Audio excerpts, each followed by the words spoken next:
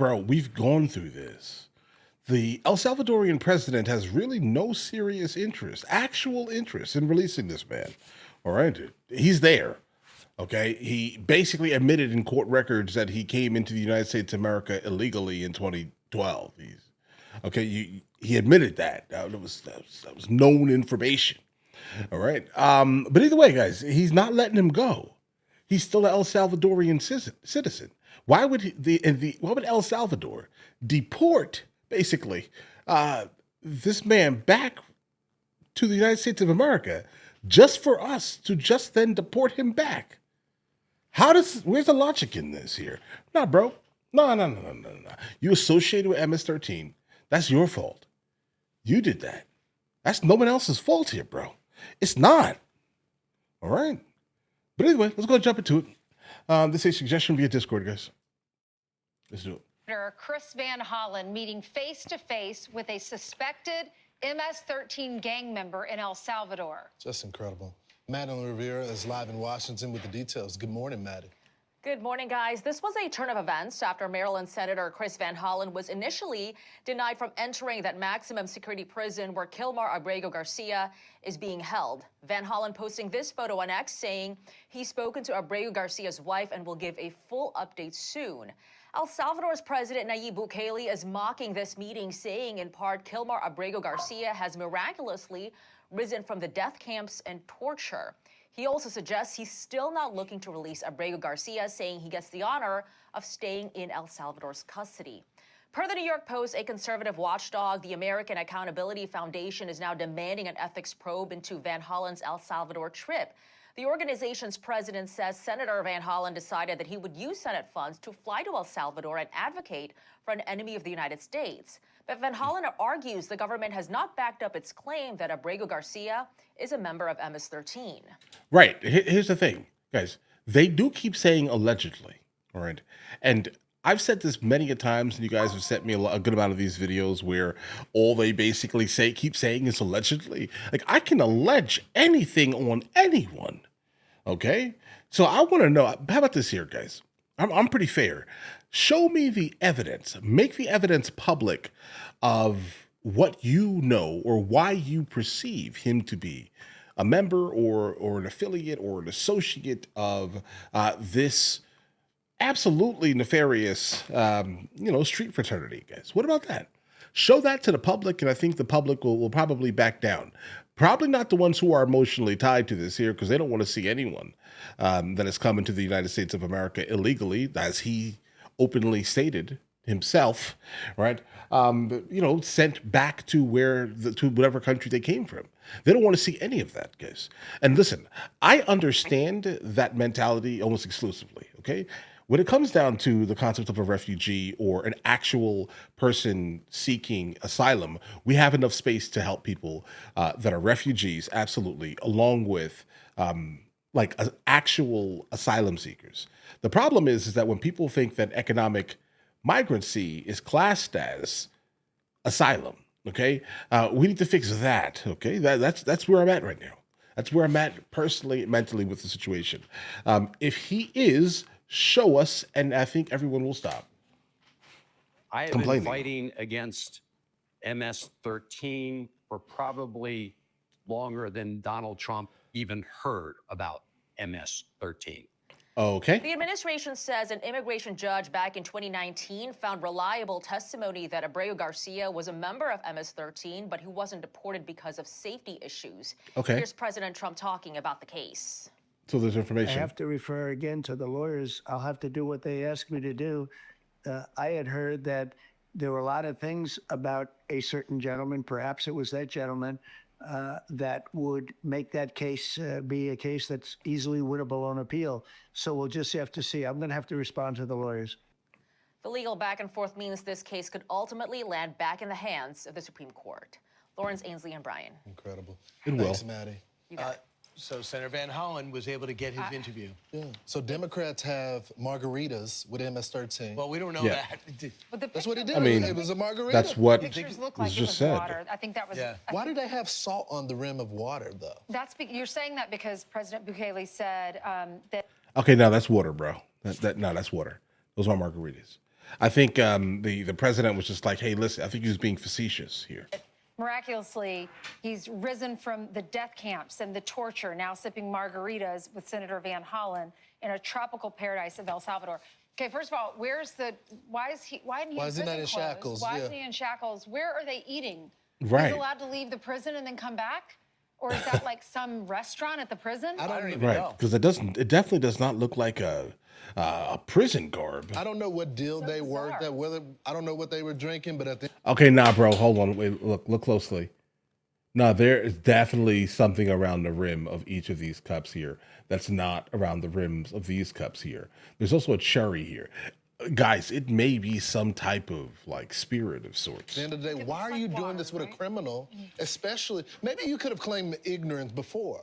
But over the last couple of days, the DOJ has released what the judge said, which is there was credible information from sources that he was a part of MS-13. He appealed that, and another federal judge said the same thing. Then we found information that he's been beating his wife, and there was credible two different situations. Ainsley, I think you have some of the stuff. Yeah, his wife applied for a protective order against her husband in 2021. And this is what she said. I was watching on my laptop, I guess in bed, and he yelled at me to turn it off. I told him I wasn't sleepy. He got angry, reached over, shut, and threw my laptop on the floor. The baby started to cry because he was putting pressure on him. My immediate reaction was to push him off of us, and he then punched, scratched my left eye, leaving me bleeding. She goes on to say she also accused him of ripping her shorts and shirt during another explosive argument later that day. I ran to the bathroom. He ran behind me, grabbed my arm. I have marks on my left arm as well. She was afraid to be close to him, hit her at least 2 times in 2020, once with his boot, another time left her with a purple eye. So, and this is the guy who this is the guy. This is the guy you want back into the United States of America, even though he blatantly and again admitted openly in court that he came into the country illegally in 2012. And then all of these documents are also still following him. And he's not an American citizen, but yet a citizen of El Salvador. This is the guy who you want back into this is who you're fighting for. Like, this is a crazy hill to like walk up slowly and jump off of, bro. Like, this is a crazy one. This is not the person you, based off what we just encountered here. Like, this is not the person that you should be backing. Okay? This isn't. Period. Right? Regardless of how much you strongly detest Donald Trump and his administration, this is the person you want to basically, demand back into the country, even though he's not going to come back ever. Right? And you know that because the El Salvadorian president already said he's not giving him back to the United States of America. So then you press charges against the administration that hold the administration in contempt because they're gonna have to be in contempt. Why? Because you can't get him back. So this is the guy you're fighting for. This is foolish. Also on his mugshot, when he was actually arrested at that Home Depot, they talk about him hanging out with known MS-13 gang members. You don't usually hang out with gang members if you're not in the gang, but let's just keep going. Wait a second. Hold on. If that's is there more information than that? Because what a lot of people do, and listen, no one is stupid here. Like, if you need something, let's just lay it on the table here. If you need something done in your yard, or you want to find something where, someone can paint cheaper than the Americans are basically quoting you, right?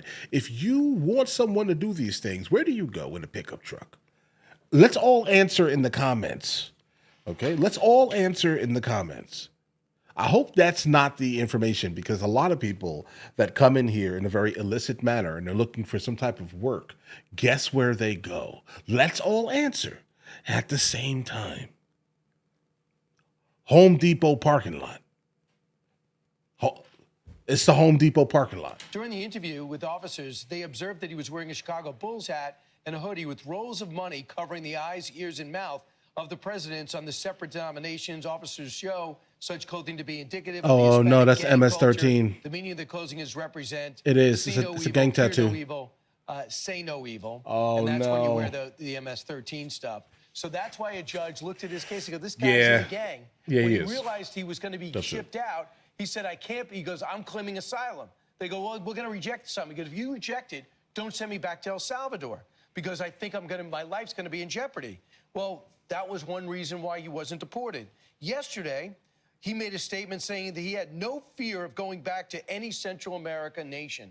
So what are you talking about? Right. So this guy's story, he's a wife beater. For a Right. month, she had an order of protection. He was picked up with known gang members, and he was wearing gang member things. And Right. when he was arrested, he had drugs on him and rolls of cash, yet he has no job. That's the man Democrats are going to bat for. And Yes. he was human trafficking in Tennessee as well, taking people from Texas, trying to get them to Maryland. And we had the Suffolk County District Attorney who has prosecuted over these 75 members of MS-13. He goes, part of the reason why we don't have part of the violent history is because he was right below a homeboy. So to get officially initiated, Right. you have to commit some violent act. So he hadn't reached that stage, that level of MS-13 yet. At this point, he was just an errand boy, but still part of the violent organization. 2 courts said he was an MS-13, even though he's denying it. And Donald Trump declared that a terrorist organization, so therefore he is here illegally or was here illegally, and he's considered a terrorist. Real quickly, I think this is important because a lot of people have been asking for, why wouldn't they put the source that found him to be a part of MS-13 on the stand? Remember, I've been talking about protecting sources and methods. So I talked to the Suffolk County District Attorney last hour, and he said the only time we put the source on the stand is if it's a murder case. Because once you use that source, you can't use them anymore. Because part of MS-13 is they want to go after rats. You killed the rats. So the people that are confessing to the cops, who are the sources, they killed them. So they said if they got to put them in protective custody. So if they're gonna burn a source, then it has to be a murder case.